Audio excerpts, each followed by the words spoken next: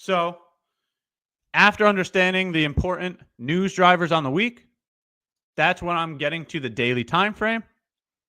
On the daily time frame, I'm looking at swing highs, swing lows, and FVGs. Taking a look at NQ, you can see that NQ just swept a swing low.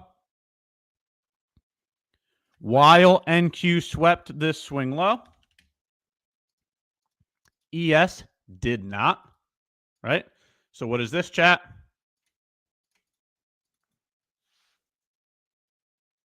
Bullish SMT at the daily swing low. So we need to annotate this so that we're aware of this potential crack in correlation.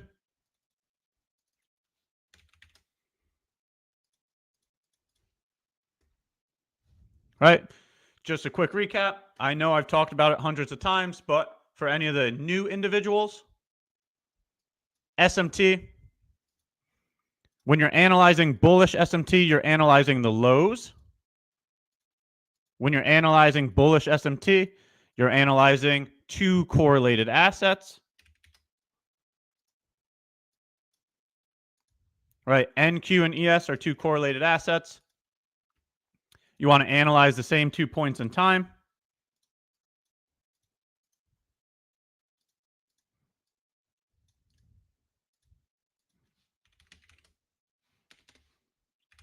All right, so take a look at this here. You have the 10 a.m. swing low on NQ. You can see that NQ took out the 10 a.m. swing low compared to ES. ES made a higher low. Right, so the 11 a.m. low did not sweep the 10 a.m. low, whereas on NQ it did. This is an example of bullish SMT. In this case, ES would be considered the stronger pair because it made the higher low. Right, so this is a crack in correlation between two correlated assets. The purpose of SMT to show when liquidity has been taken.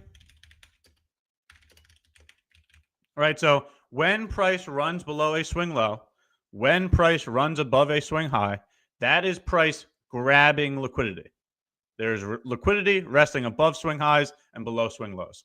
So when you see SMT occur at that location, it shows that price has taken liquidity. That's the first purpose of SMT. The second purpose is to show strength or weakness in the marketplace.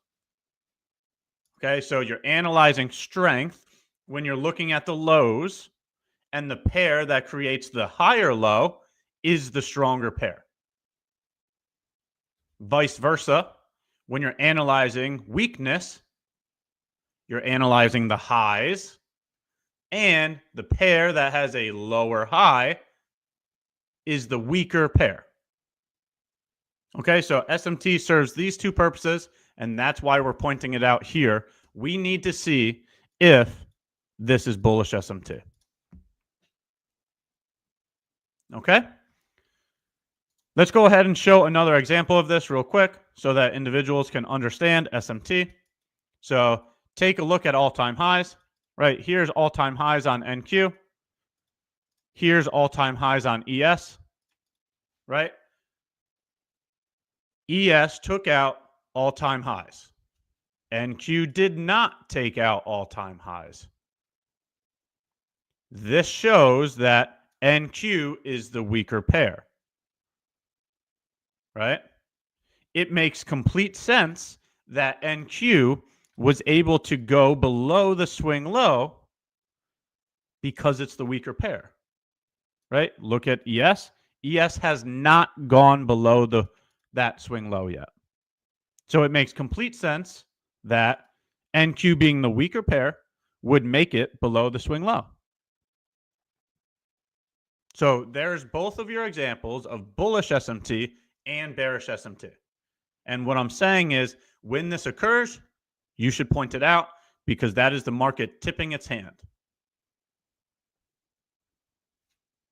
All right. So with that being said, now we can do that top-down analysis that I was referring to.